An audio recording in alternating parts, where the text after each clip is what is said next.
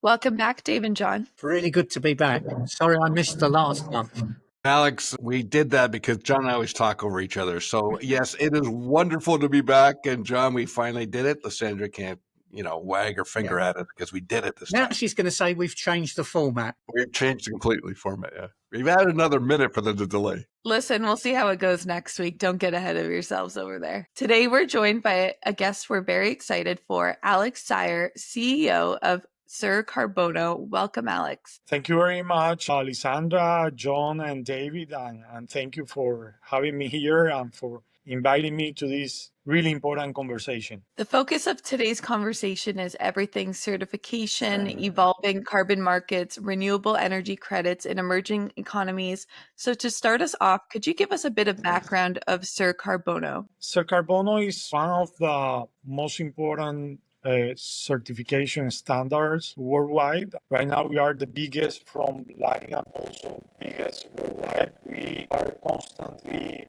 among the third, fourth standard in terms of issuances on carbon credits. But also we have other two programs on biodiversity and all on circular economy.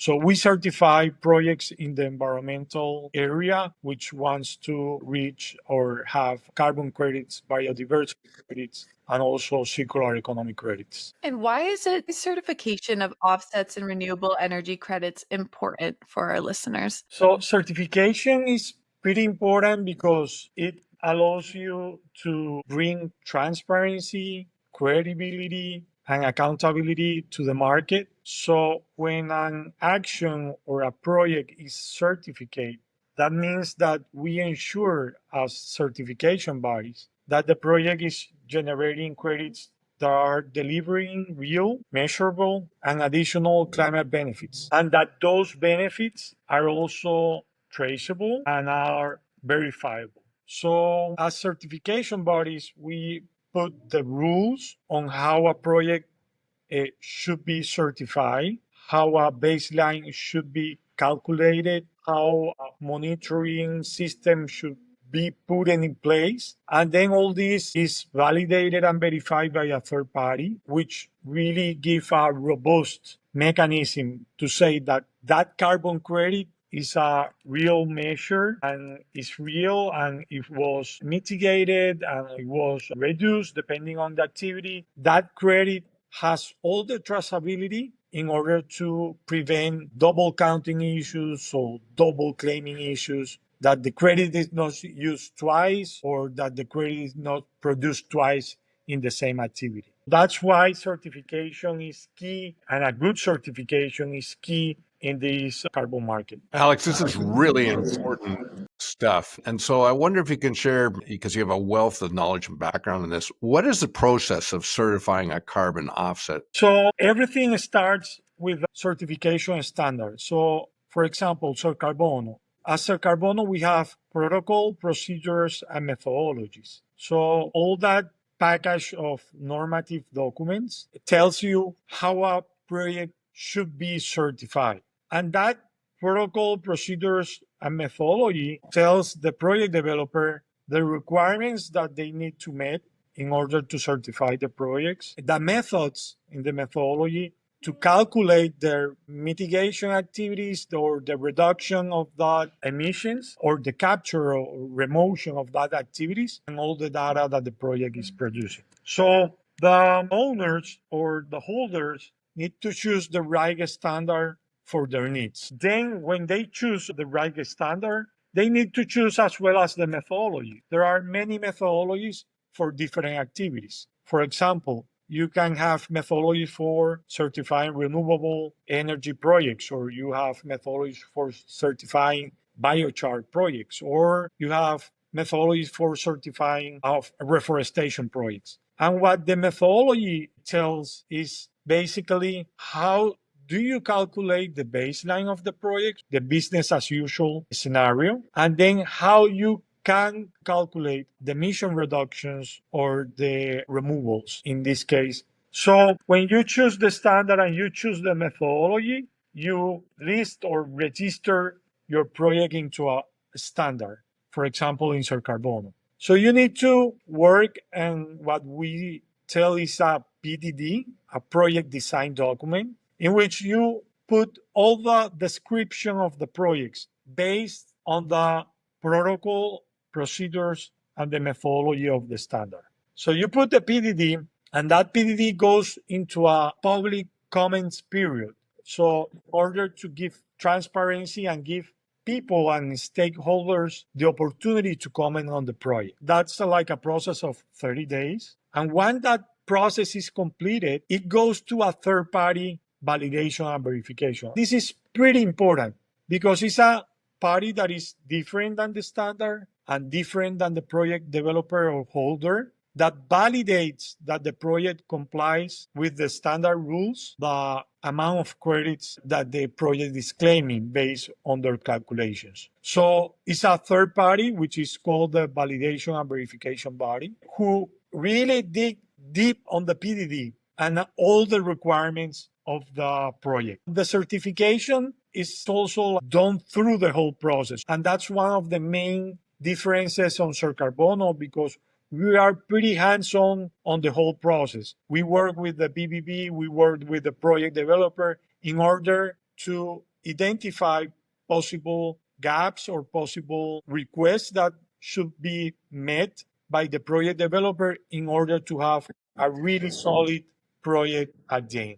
So when the project is certified, the last step is to issue the credits. And that is really important because the issuances really protects the whole process, prevents all the double issuance and double claiming possibilities. So we don't want that those credits are used twice in the market. So we give every credit a serial number. And once every credit has a serial number that is traceable through blockchain with our registry system that is called eco-registry. And every credit has complete traceability until it's used in the market.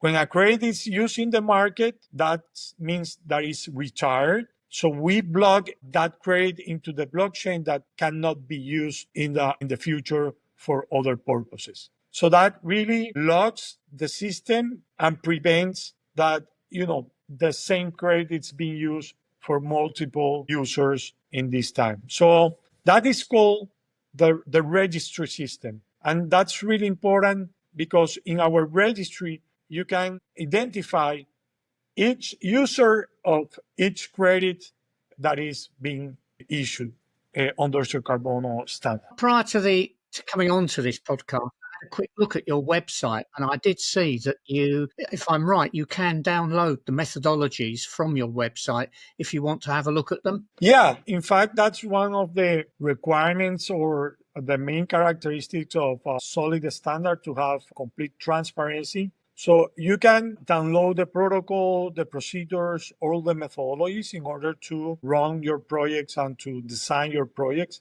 But if you go to the website and you go to projects and you go to Carbon, you can see all the projects that are listed in the standard. And if you go to every project, you can see the mapping of the project, the PDD of the project with the project design document, all the monitoring reports, all the validation and verification certifications and reports, the certification reports, and all the accounting of the credits. So that's one of the main things and the importance of the certification system, because you have complete traceability and complete transparency on how a project is being certified, and all the data is uploaded there. So if you, as an independent stakeholders, want to reproduce the calculations of a project to see if they are okay, you can do it with the information that is publicly available in the registry. Because I think it's become clear now for companies to achieve their net zero goals, they're going to have to do something on this.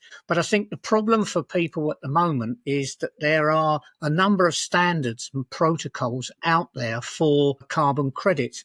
So I wonder, could you just talk us a little bit through, walk us through the key ones that are out there, sort of a simplified buyer's guide, so to speak? Yeah, so many standards are being appearing in the latest years. I think there are more or less like 50 to 60 different standards that you can use in order to certify your projects. The biggest standards right now are Vera and Gold Standard. And then among the third, fourth, and fifth, ACR, which is American Carbon Registry, and CAR, which is from California, and then Cercarbono, which is in that group as well. We are the only standard from Latin America that is in the top 5 standards globally right now. Every standard has different, not different approaches, because the whole certification approach is similar. We need to have independent validation and verification, and that is being accredited by independent organisms. So, for example, there is an organism called ICROA, which endorse standards based on their transparency, on their quality, on their governance, and the solid of the whole protocol and the procedures of the standard. So Gold Standard, CAR, ACR, and Cercarbono all we are endorsed by ICROA. But then when a buyer wants to choose the right standard, needs to really dig into the methodologies. Every standard has its own methodologies, and the buyer should look into the standard which methodologies are pretty suitable for the purposes and for the region that they are working. In terms of Cercarbono, for example, why to choose Cercarbono? We have a pretty efficient certification system in place because we rely a lot on technology. For example, our certification system is driven by technology. It's an end-to-end system. So when you register your project, you go into the registry, and all the certification is done through the registry. So that gives you complete traceability and efficiency on the standards. So our times are pretty lower than other standards in the market. Also, we have pretty straightforward methodologies that are pretty indicative, so and pretty clear to follow. So that simplicity really benefits the project developers because it has like all the simplicity, but with all the rigorosity that the certification cycle should have. So that's the kind of things that the buyers and the project developers should look into the standards. And then the accreditations. ICRA for buyers is a really good indication of how good is the standard and how is the quality of the standard. So these kind of accreditations like ICRA, like ICBCM, or like CORSIA, which is the market mechanism for the international aviation, are also really good ways to see if the standard is pretty good. It's going to be increasingly important, isn't it, for people to understand this? And I think one of the things we've always had with the podcast that we're doing, we're looking as much to educate people about what's out there and get an understanding of these things as anything else. And I think that's a It may have been conveyed in some of the things that we've already addressed, but I'll be direct, and that is, what are the guarantees certification actually offer the end user or the producer? So to be really straightforward, that the certification process really give you guarantee that the process is traceable, that has methods that are not only publicly available, but they're accepted, and that give you the whole confidence that the carbon credit means that there is a ton of carbon that is being removed or reduced in that sense, that the project has legal compliance, that has scientific rigor, and also has the complete traceability. And the other side is that really supports or avoids all the possible reputational risks of climate action in that sense, because when you buy a carbon credit, there is a whole certification cycle that is ongoing that has third-party validation and verification. So that gives you the whole confidence that that credit really means and is a result of carbon action in another place. So at some point, every certification standard should meet the same conditions. And that's why there is some organizations like the Integrity Council for the Voluntary Carbon Market, the ICBCMs, that it has some core carbon principles. So the principles that the carbon credits should have. in terms of additionality, in terms of permanence, in terms of transparency, and all this kind of. Every standard is going through that path to comply to that principles that are in the market right now. I also mentioned ICROA. ICROA is also a way to endorse standards in terms of their governance, in terms of their structure, in terms of their procedures. So at some point, every standard at some point is similar. The differences lies on the approach and on the methodology. As a past attendee of the Conference of the Parties, we're really excited to dive into COP takeaways, Latin America's role in climate action, and policy impacts on carbon markets. We are now some time on from COP 29. With hindsight, what are the key takeaways from last year's summit? So COP29 was really important for carbon markets. There is a topic that was being negotiated for so long, which is called Article 6 mechanism, which is the mechanism for collaboration between countries. Mainly it's a carbon market mechanism, which replaced the mechanism that was set into the Kyoto Protocol, which was the Cleaner Development Mechanism, the CDM.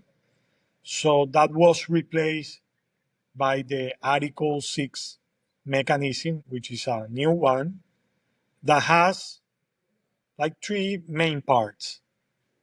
The first one is Article 6.2, which is collaborative mechanism between countries. It's like a bilateral mechanism in which a host country can sell carbon credits to a buyer country. And the host country needs to deduct those carbon credits from their compliance or their NDCs, which is the national determined contributions. So every country has a target to meet under the Paris Agreement. Says, for example, Colombia 51% target. And then when Colombia exports a carbon credit to Singapore, those credits cannot be accounted into the Colombia, NDC. That credit needs to be accounted into the Singapore NDC. So a corresponding adjustment needs to be put in place in order to deduct those carbon credits from the Colombian accounting and, add those credits into the Singaporean account. So all that complex mechanism was finalized on COP29. And we have been waiting from several COPs. I remember I participated actively as a Colombian government official in COP26, in the negotiation of COP26. And since even before COP26, we were waiting for a definition of the Article 6 rules that were set on COP29. The other mechanism that was finalized was the 6.4 mechanism, which today is called the PACAN.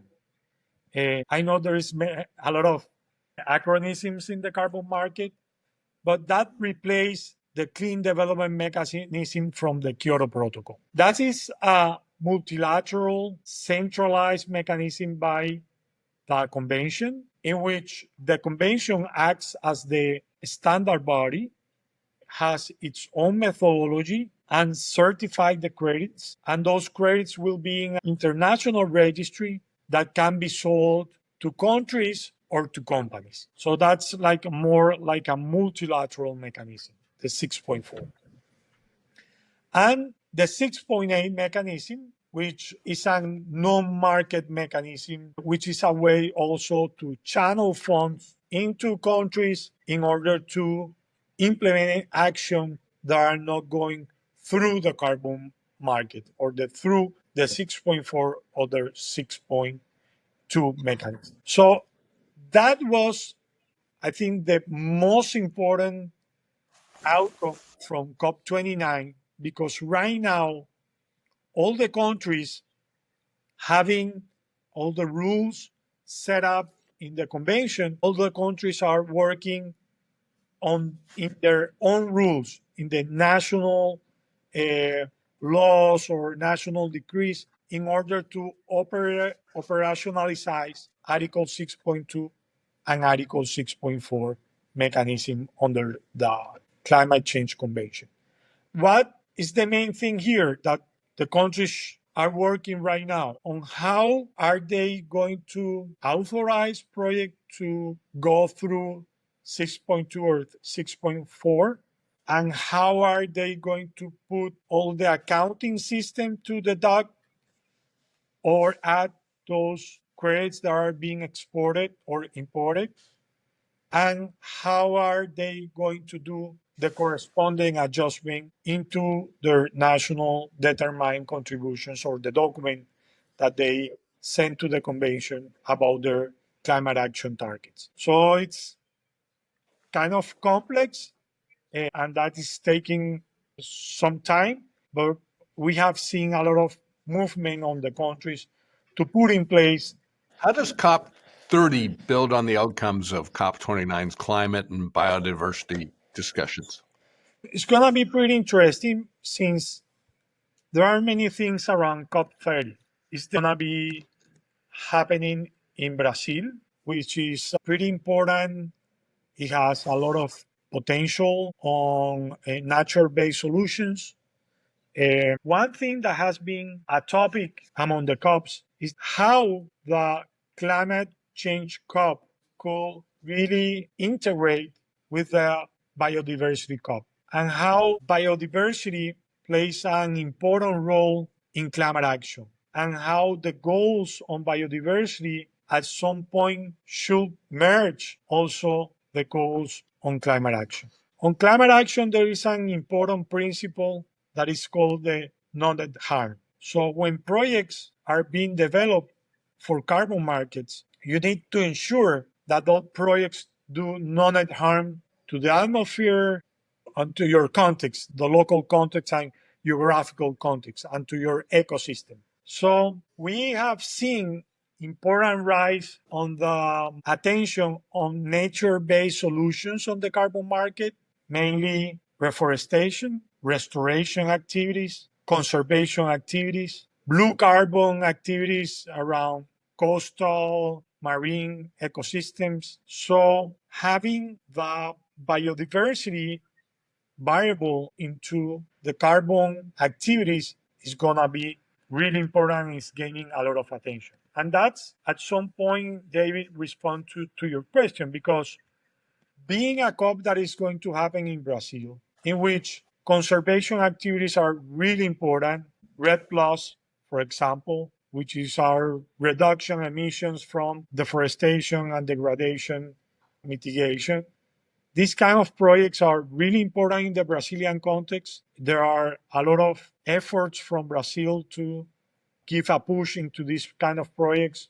Also, projects around regenerative agriculture, regenerative farming, biochar are also important. So I think the conversation in COP30 will be influenced by all these biodiversity topics and importance in the context of Brazil and in the context of a region which is a mega diverse region, which is the whole South American and Latin American region, which is a mega diverse one. You, Alex, you've mentioned that COP30 is going to be in Brazil. What does it mean something for Latin America to be hosting COP30? What does it mean? I mean, there were suggestions when the COPs were in the Middle East that there was a fossil fuel bias to it. Would you like to comment on what it means for Latin America to be hosting a COP? That's a really important question, because if I remember well, somehow 30%, something around 25 to 30% of all carbon credits were issued in Latin America historically. So we have a really important role into climate action. Many local markets has been developed in the region. Colombia, in fact, is an example internationally on how a local carbon market can be developed. we were one of the first countries to develop a carbon tax with a compensation mechanism that really helped create a whole ecosystem of stakeholders, namely standards, validation and verification bodies, project developers, regulation. Chile is taking also similar steps. They have right now an internal market based on carbon tax and a compensation mechanism. Many states in Mexico has also implemented that. Brazil has taken a lot of efforts to build an emission trading scheme and to do a lot of regulation among carbon markets. And we as a region, we are going to be one of the main suppliers of credits for Article 6 purposes, 6.2 and 6.4 purposes. So having the COP in the region is really important for all the local actors and all the regional actors to highlight all the efforts that we have been doing and all the contributions that we can put into the global carbon market and the global climate action. And not only in terms of market, because the COPs not only talks about market, also talks about climate action, mitigation efforts, but also adaptation efforts. And I think that's one part of the debate that needs to be enhanced, the adaptation efforts, because at some point, some report says that we are not going to meet the target of keeping the increase on temperature below 1.5 degrees. So adaptation is going to be important, and the tropical areas are those who are going to suffer a lot of these climate events. So that's I think the main importance, and the ties, which I already mentioned, the ties between biodiversity and carbon. I think it's gonna be important because being Brazil one of the most biodiverse countries is also they have a lot to contribute into these efforts and debate. Thank you. Now we've talked about the COP being located in Latin America, and I don't know how far we can go down this next question, but looking at regional politics influencing COP30, I'm going to go out on a limb here. It's possible that the US may not take part. We don't know what they're going to be doing. We're not really sure where Russia will be. What's your view on sort of the regional politics and global politics and the impact it could have on COP30? I think these negotiations are really heavily influenced by politics, of course. Yeah. There are not only technical debates around, but there is also politics, a lot of politics involved. But I think at some point, the decision that has been made right now regarding Article 6 won't have any backdrop in the future. I think there are many countries that are committed and heavily committed into climate action and really believe that this is a really important mechanism to channel funds into projects that can be done in regions with a more cost efficient way.